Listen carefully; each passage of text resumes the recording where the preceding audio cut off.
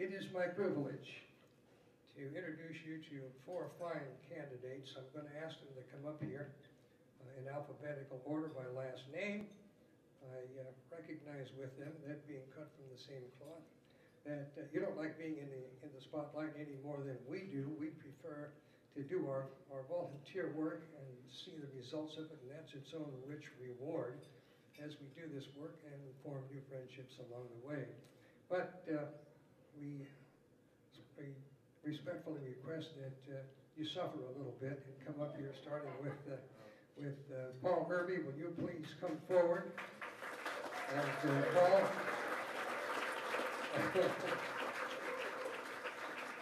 they like you, Paul. Take a position. Take a position, please, slightly on my right, and face your now a little couple of steps forward. I'm going to ask some people to stand next to you. So you face your admirers. Lindbergh McPherson, will you please come forward and stand next to Paul Irby?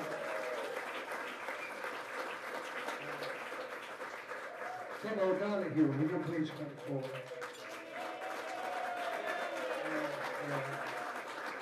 And Lola Stephen, will you please come forward? Let's see.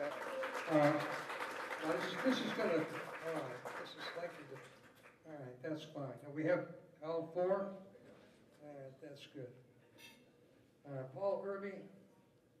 Okay, well, you guys please stand up, stand in line so I can keep my good eye on you.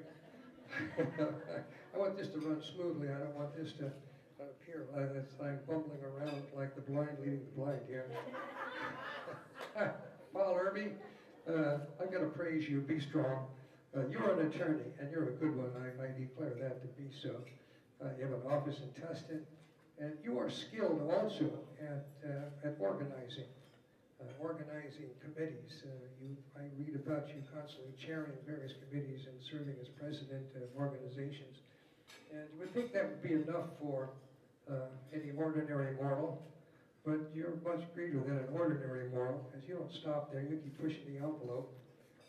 You combine your organization abilities with your love of the game of golf to organize golf tournaments that raise money for our city and for the projects that you espouse, and for other activities that our church, that our city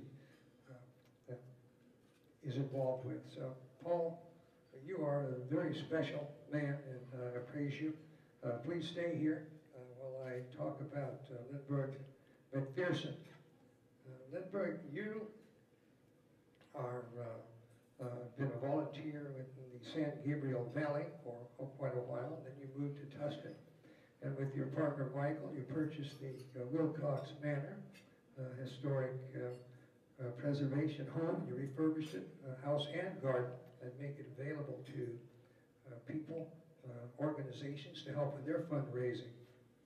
You also are a part of the Tustin Community Foundation and TACFA. I can say with full confidence, Lindbergh, that I can join the chorus of people that say, Lindbergh, we like what we see in you.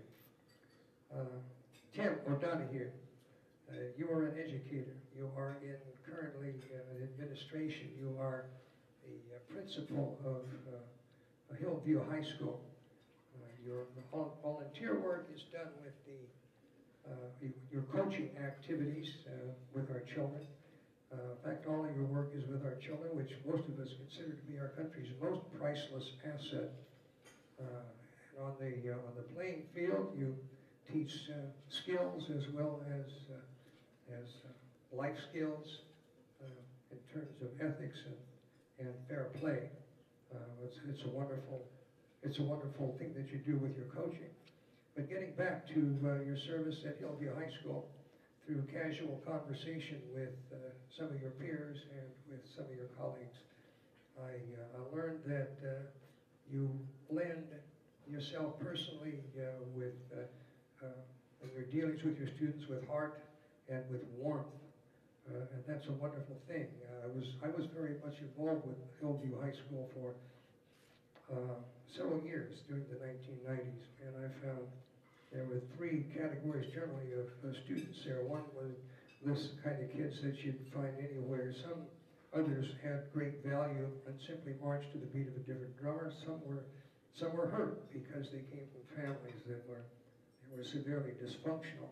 And your support, your genuine caring for these people, especially the ones that were hurt, you helped to rebuild their self-respect and self-esteem.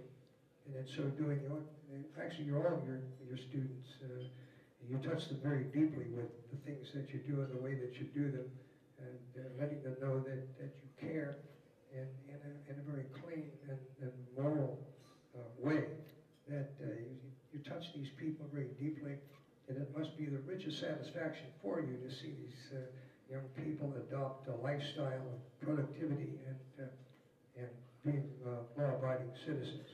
And I assure you that with these kids, that they will never forget you. Tim, nice the sports park when we had that project for Saturday. You're a wonderful man that you've been around for many years. You are steady, you are stable, you're a pillar in the community, and we're proud of you. Let's give these four men a little round of applause. And I invite you to now return to your seats. And while you're returning, I praise you again for the work that you do, and that one of you is going to be named as a Tustin Man of the Year and finished. But it's time now to make the announcement. The voting is in. The choice has been made by the prior year Men and Women of the Year. That the Tustin Man of the Year for the year 2010 is Laura Sneeden. Laura, please come forward.